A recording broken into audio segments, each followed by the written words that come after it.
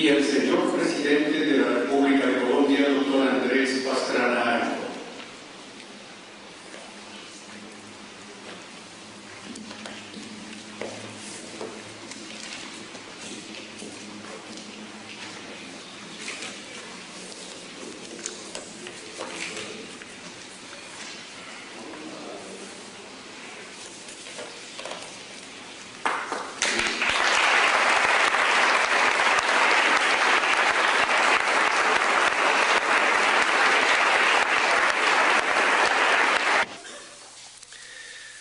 Voy a leer tres terribles noticias, cuyo solo recuerdo estremece la fibra más honda de nuestro ser, no solo como colombianos, sino como seres humanos.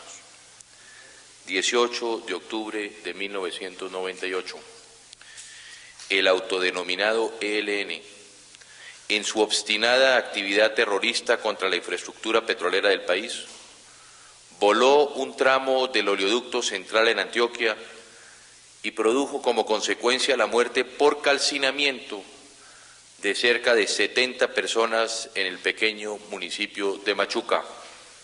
La tragedia humana y ambiental es inmensa. 17 de enero de 2001, 18 de febrero de 2001, 12 de abril de 2001. Las Autodefensas Unidas de Colombia realizaron sucesivas masacres de campesinos, indígenas y gente humilde del país en el poblado del Chengue, municipio de Ovejas, en Sucre, en el Salado, en Bolívar, y en la zona del Alto Naya, en el Cauca. El saldo de horror supera las 100 víctimas mortales. Torturas, decapitaciones, violaciones y otros actos de barbarie han sido referidos por los sobrevivientes. 2 de mayo de 2002, una columna de las FARC arremetió contra la humilde población chocuana de Bellavista, cabecera del municipio de Bojayá, en el Chocó. Dispararon un cilindro cargado de dinamita que fue a caer dentro del templo de Nuestra Señora del Carmen, en el que se habían refugiado cerca de 300 habitantes, casi la mitad niños. La explosión causó la muerte de 19 de ellos y heridas graves en otro centenar de personas. Observo sus rostros, apreciados amigos, y entiendo que en ellos como en el mío se refleja una larga sombra de tristeza. ¿Cómo es posible que actos como estos se produzcan en nuestro país entre miembros de una misma nación? ¿Dónde extraviaron el norte de la humanidad los que con prepotencia se atribuyen la defensa o representación del pueblo colombiano? ¿En qué lugar, en qué momento perdieron el corazón y lo llenaron de odio contra su propio pueblo? Es demasiado dolor, son demasiadas infamias contra una nación que no merece esta suerte, pero no podemos quedarnos en la condena y en el repudio, no podemos habitar para siempre en el espanto. Nuestro deber como integrantes de una sociedad que aspira al nombre de civilizada es avanzar de la mano de la ley y de la justicia hacia un horizonte donde no se repitan nunca más noticias terribles como las que acabo de recordar. Cualquiera que piense en estos crímenes y en tantos otros que día a día cometen los grupos armados al margen de la ley, llámense masacres, secuestros, desplazamiento, extorsión, terrorismo o cualquier otra denominación, entiende que estos no son solo crímenes contra el pueblo colombiano, son crímenes contra la humanidad en su conjunto.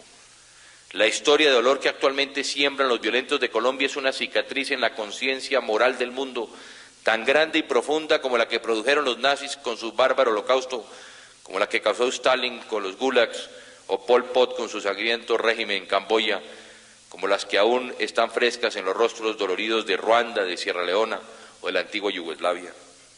¿Qué diferencia hay? Aquí los violentos no obran en nombre de un Estado, no protagonizan una guerra civil, sino, como ya lo he reiterado, una guerra contra la sociedad civil, pero igual que en un régimen totalitario asesinan y masacran al pueblo inerme con total desprecio por la vida humana, como si el fin que buscaran, cualquier fin que sea, valiera más que las vidas que se llevan. Por eso es tan importante el paso trascendental que estamos dando en el día de hoy, cuando tengo el honor y el privilegio de sancionar como presidente de la República la ley que incorpora a la legislación interna el Estatuto de Roma, mediante el cual se crea la Corte Penal Internacional. Con esta sanción y después de que se ejerce el control constitucional previo por la Corte Constitucional y se surta por el Gobierno la inmediata ratificación del tratado, Colombia hará parte de los más de 60 países del mundo que acepten una jurisdicción penal internacional para investigar y juzgar crímenes de genocidio, de lesa humanidad, de guerra y de agresión que atenten de manera grave contra el derecho internacional humanitario. Esta es una advertencia para los violentos, estén donde estén, llámense guerrilleros o autodefensas, o incluso si por desviaciones de su misión forman parte de la fuerza pública o de las autoridades civiles del Estado. No importa qué uniforme o ideología porten, cualquiera que insiste en atacar la población civil y en obrar por fuera del derecho internacional humanitario será capturado, juzgado y condenado. Por supuesto, la sanción de esta ley y la próxima ratificación del Estatuto de Roma no significa que el Estado colombiano renuncie a su jurisdicción para procesar a quienes delinquen en el país. Antes que nada, será el peso de la ley nacional el que caiga sobre los terroristas y los violentos, sobre los genocidas e intolerantes. Pero tenemos la tranquilidad de saber que si por algún motivo, en algún momento, el Estado colombiano no está dispuesto a llevar a cabo el proceso o a enjuiciar a los sospechosos, o no puede hacerlo efectivamente, en La Haya existe un tribunal con competencia para juzgarlos y condenarlos, inclusive hasta la prisión perpetua. Se acabaron los refugios en este mundo para los que desprecian la vida humana y atacan sin piedad a sus semejantes. Se acabó la impunidad de los líderes totalitarios y de los criminales a gran escala. A partir de hoy, las FARC, el ELN, las autodefensas ilegales y cualquier otro grupo o persona que persistan en obrar contra los colombianos quedan notificados de esta nueva realidad internacional.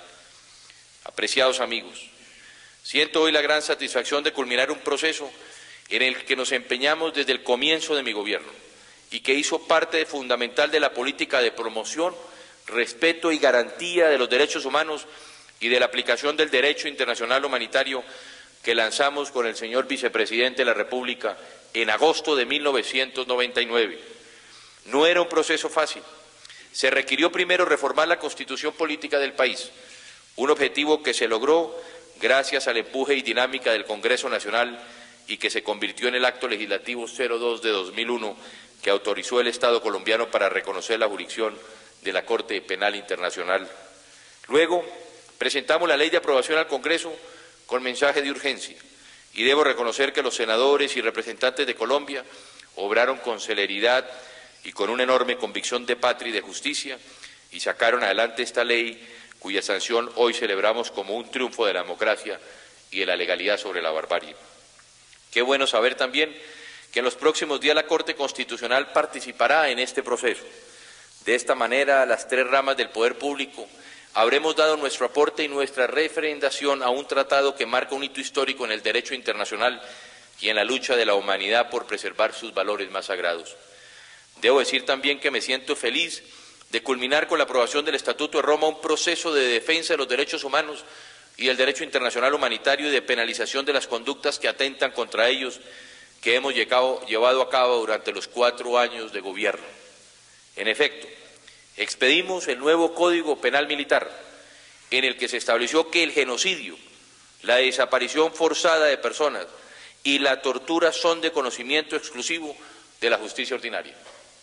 Igualmente tuve la oportunidad de sancionar el nuevo Código Penal, que contiene todo un capítulo sobre delitos contra personas y bienes protegidos por el derecho internacional humanitario, así como la Ley 589 de 2000, que tipifica los delitos de genocidio, desaparición forzada y desplazamiento forzado y aumenta las penas para la tortura.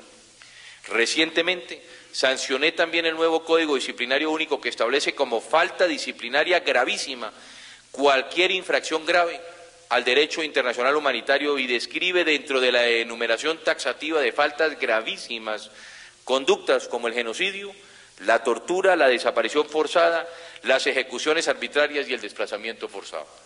Además, incorporamos a nuestra legislación interna la Convención de Ottawa para la prohibición y destrucción de minas antipersonales y prohibimos sin ninguna excepción la incorporación de menores de edad a las filas de las fuerzas militares. En este sentido, firmamos y presentamos ante el Congreso para su aprobación el protocolo facultativo de la Convención sobre los Derechos del Niño relativo a la participación de los niños en los conflictos armados, el cual, de hecho, ya está cumpliendo el Estado colombiano.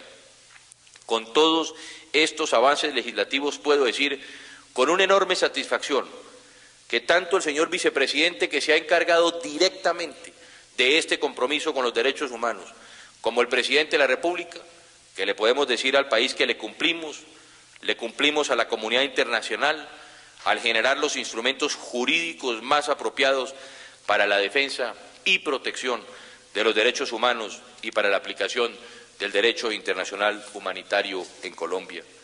Con esta aprobación del Estatuto de Roma, su próxima ratificación, estamos cerrando, diría yo, con broche de oro y con un cumplimiento, óigase bien, del 100%, 4 años de esfuerzo que dejarán al país un legado normativo sin precedentes para defender la vida humana y su dignidad.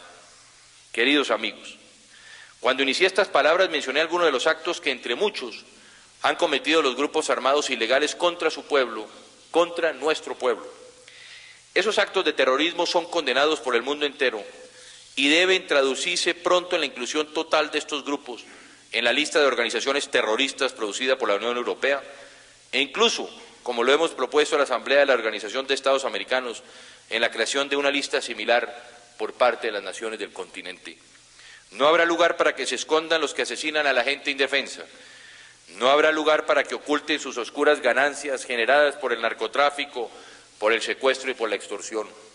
Hoy la sociedad colombiana, la que ellos atacan, y el mundo entero, a través de la Corte Penal Internacional, están en pie para decir a toda clase de violentos que nada justifica atentar contra otro ser humano. Las puertas de la democracia y de la paz están y seguirán estando abiertas para quienes decidan retornar al curso de la civilidad y de la humanidad, pero los que insistan en la violencia tendrán sobre sí todo el peso de la ley. Ciegos que conducen a ciegos sin saber siquiera que caminan en la dirección inversa a la que han proclamado, como decía el gran escritor ruso Solzhenitsyn. A ellos les hablo hoy en este acto memorable. Todavía pueden abrir los ojos y caminar hacia el futuro con el resto de la humanidad. Muchas gracias.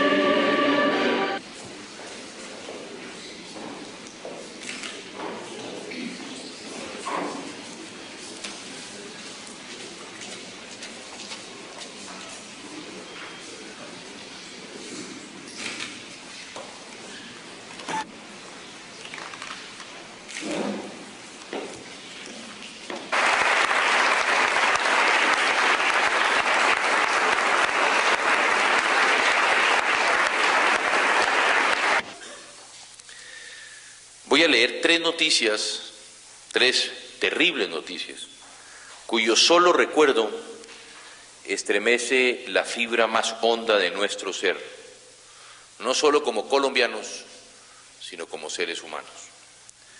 18 de octubre de 1998, el autodenominado ELN, en su obstinada actividad terrorista contra la infraestructura petrolera del país, voló un tramo del oleoducto central en Antioquia y produjo como consecuencia la muerte por calcinamiento de cerca de 70 personas en el pequeño municipio de Machuca.